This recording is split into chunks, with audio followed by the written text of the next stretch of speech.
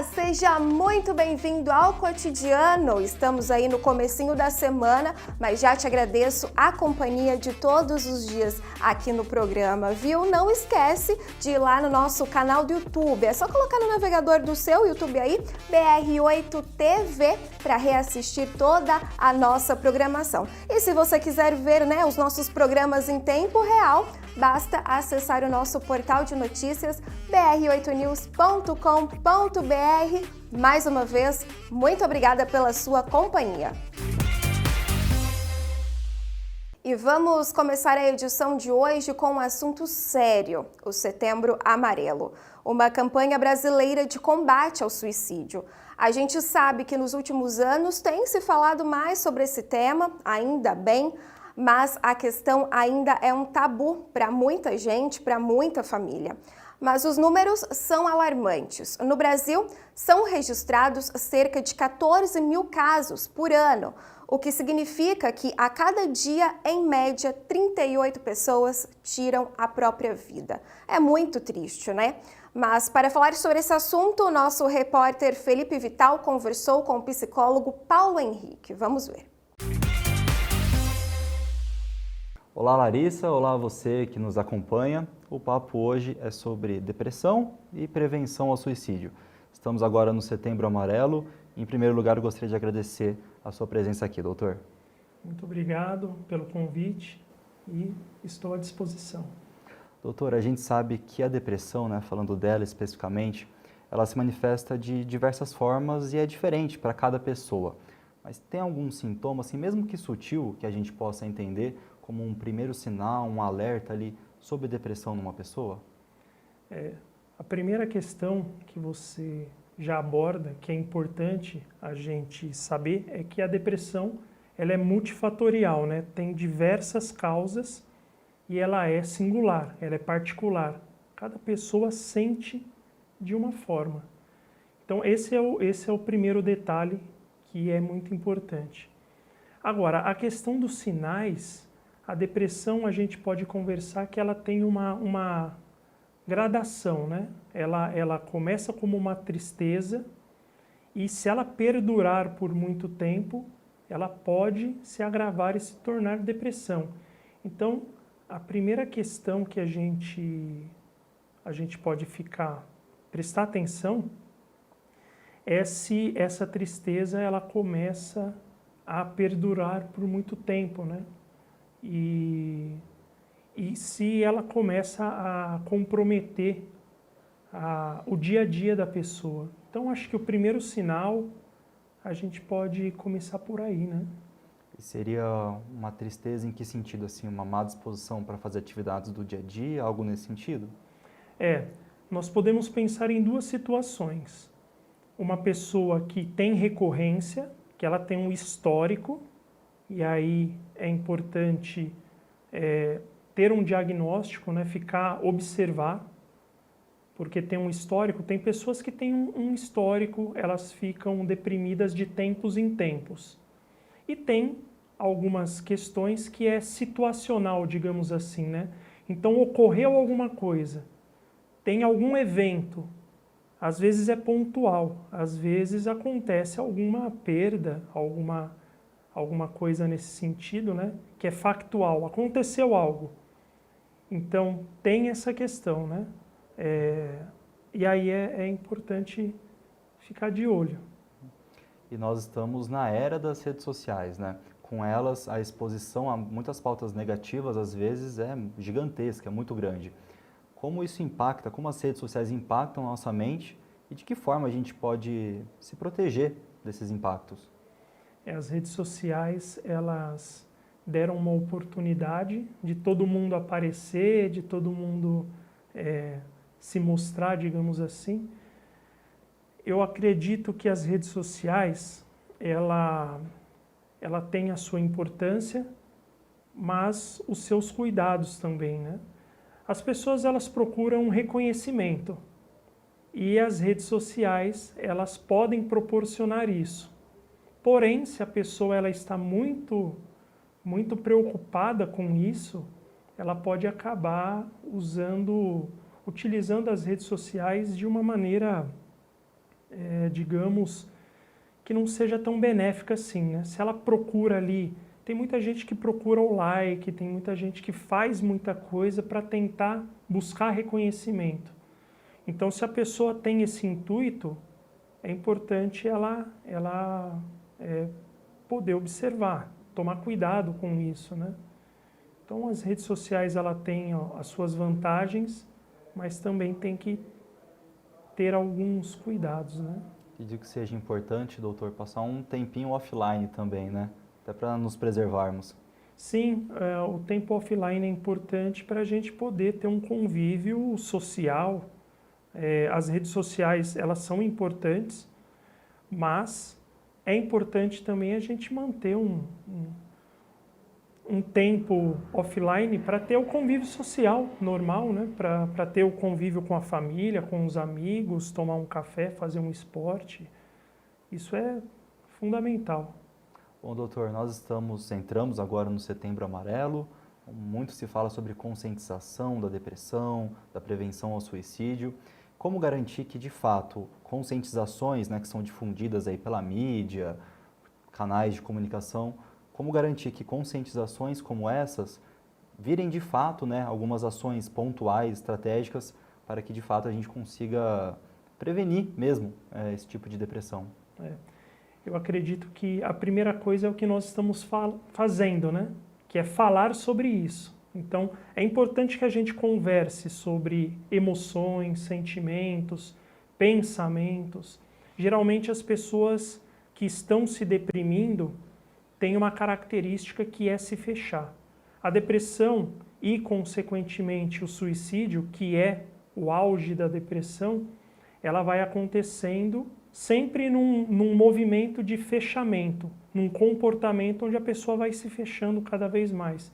Se fechando para relacionamentos, se fechando em seu próprio mundo, né? Então, é importante que as pessoas possam falar sobre os seus sentimentos, encontrar locais de acolhimento, pessoas. Eu não estou dizendo nem da questão profissional, que é importante também, mas inicialmente de relações sociais, onde a pessoa possa se sentir à vontade para ser ela mesma, para falar sobre as suas questões. Essa já é um grande início de prevenção, né? Poder falar sobre sentimentos, poder se sentir acolhido, poder não se julgar, não se cobrar muito, né? Que é uma recorrência daquele que se sente deprimido. Doutor, sobre esse tema nós vimos um caso muito emblemático nas últimas semanas, que é do cantor Zé Neto. Você acha que essa exposição de uma figura assim conhecida nacionalmente traz também uma nova luz a essa discussão? É importante que atrizes, cantores, né, figuras de peso na mídia possam falar sobre o assunto? Ele não é o primeiro, né? Mas é muito importante, é muito bom que assim como ele e outros possam falar sobre isso. É interessante porque, inicialmente, no caso dele e das outras pessoas, se tem um pouco de receio, vergonha de abrir o assunto, né? Mas uma vez que é aberto, e ainda mais figuras públicas, é muito importante, porque desmistifica um pouco a questão da depressão, né? A depressão, ela deve ser desmistificada, porque ela é uma condição ela é um sinal humano, ela é um sinal de que alguma coisa não está indo bem. Então, quando ele abre isso, é super importante para ele, primeiramente, e também, como ele tem um alcance muito grande, é muito bom, porque ele acaba beneficiando muita gente. Imagina quantas pessoas o seguem, quantas pessoas curtem a música dele, quantas pessoas não estão nessa situação e estão quietas, né?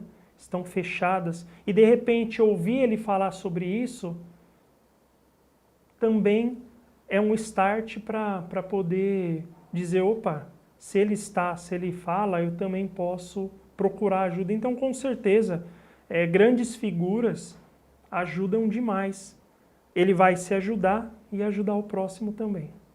E doutor, nesse mês de setembro, o senhor vê que existe uma procura por ajuda psicológica maior ou ainda há um estigma sobre isso? Eu acho que melhorou bastante. Eu acho que a tendência é melhorar, é bom, né? Isso é muito bom. Nós estamos desde o Janeiro Branco e agora Setembro Amarelo, falando sobre saúde mental, falando sobre prevenção ao suicídio, podendo falar sobre essas coisas. Vem melhorando bastante, eu acredito que vai melhorar ainda mais. Então, esses espaços de mídia também são muito importantes para poder dar abertura a isso. Como eu disse, desmistificar e fazer com que o tratamento ou o olhar para essas questões sejam mais humanizadas, né?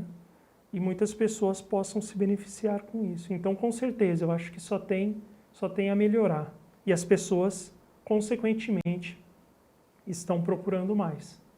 E doutor, quais recomendações o senhor poderia dar para uma pessoa que às vezes ou já está lutando contra a depressão, ou que ainda talvez não saiba, mas está se sentindo mal? Algumas ações, sim, para o dia a dia, às vezes alguma coisa pequena, que possa fazer diferença no dia dessa pessoa. Eu acho que uma coisa importante é a pessoa lutar contra. Primeiramente, ela vai se fechar, ela tem uma tendência a se fechar. Então, uma coisa que é importante é ela procurar pessoas com quem ela fica mais à vontade, é mais amigo, um parente, um amigo mesmo, poder se aproximar, ter contato humano. Então, algumas coisas como, por exemplo, sociabilização no esporte, numa roda de conversa de amigos, procurar evitar se fechar. Alguns sinais como, por exemplo, se cobrar demais, preocupação excessiva, né? Nós estamos num mundo tão corrido, tão atropelado, tão de redes sociais também, né? Onde a pessoa ela acaba ficando demais nas redes sociais, deixar um pouco as redes sociais, buscar mais interação humana. Eu acho que isso é um bom começo. Ou seja, o diálogo é uma chave fundamental. Fundamental. O ser humano, ele é um ser sociável, né? Nós vimos isso na pandemia, o quanto foi difícil a gente se isolar. Então, o ser humano é um ser que busca sempre relação, estar em relacionamento, relações, né? Seja qual nível for. Então, é importante que a pessoa possa ter um movimento para fora, digamos assim, né? De buscar o outro e procurar evitar se fechar, se cobrar, que são características, né, da depressão, um fechamento, uma cobrança excessiva, autocrítica. Então, são alguns sinais importantes. Doutor, para finalizar esse nosso bate-papo, o senhor inclusive publicou um livro, é isso? Sobre o combate à depressão? Sim, nós estamos lançando agora um livro, né? Esse é o livro Hoje o Dia Amanheceu Cinzento, o Eu e a Depressão. Inclusive, nós faremos o lançamento dele agora, sábado, dia 7 de setembro, na Bienal do Livro em São Paulo.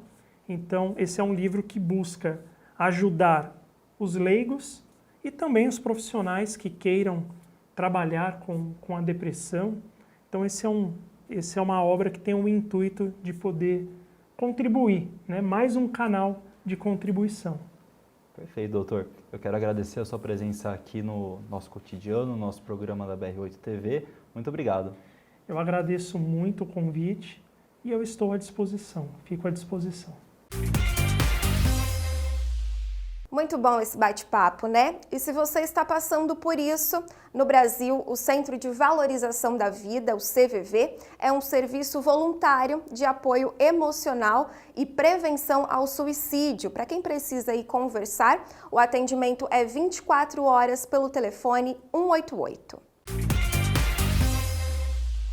E eu vou para o intervalo rapidinho. Na volta você confere os bastidores da política. Tá pegando fogo?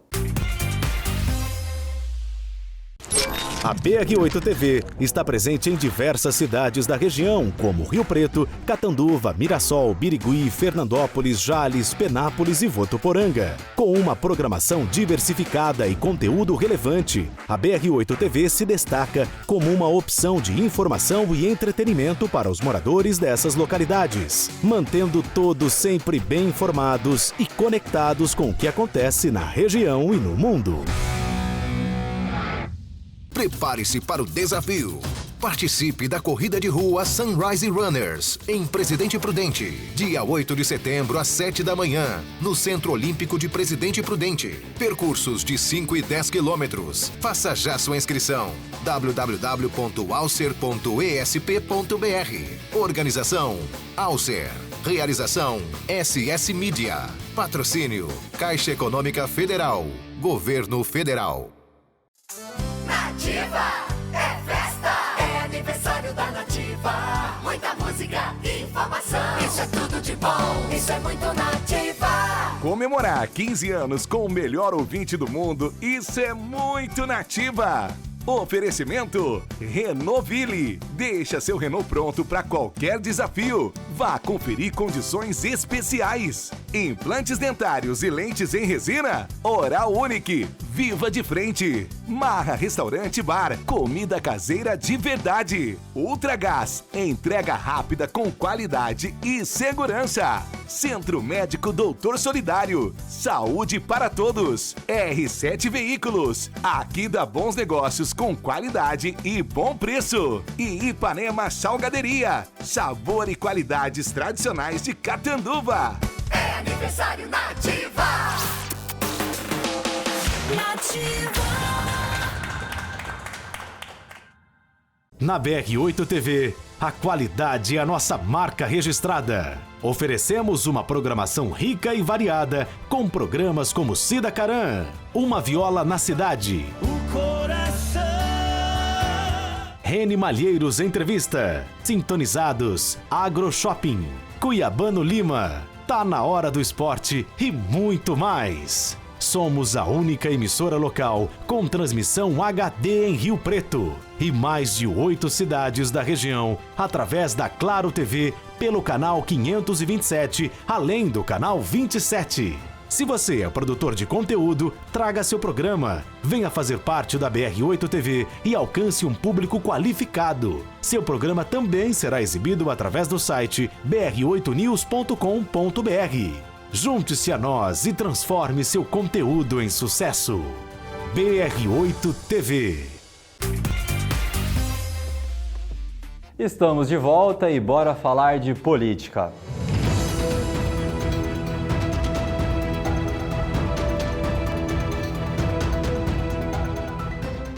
O bispo Dom José Benedito Cardoso, o bispo diocesano de Catanduva, emitiu uma carta aberta a toda a comunidade sobre as eleições desse ano.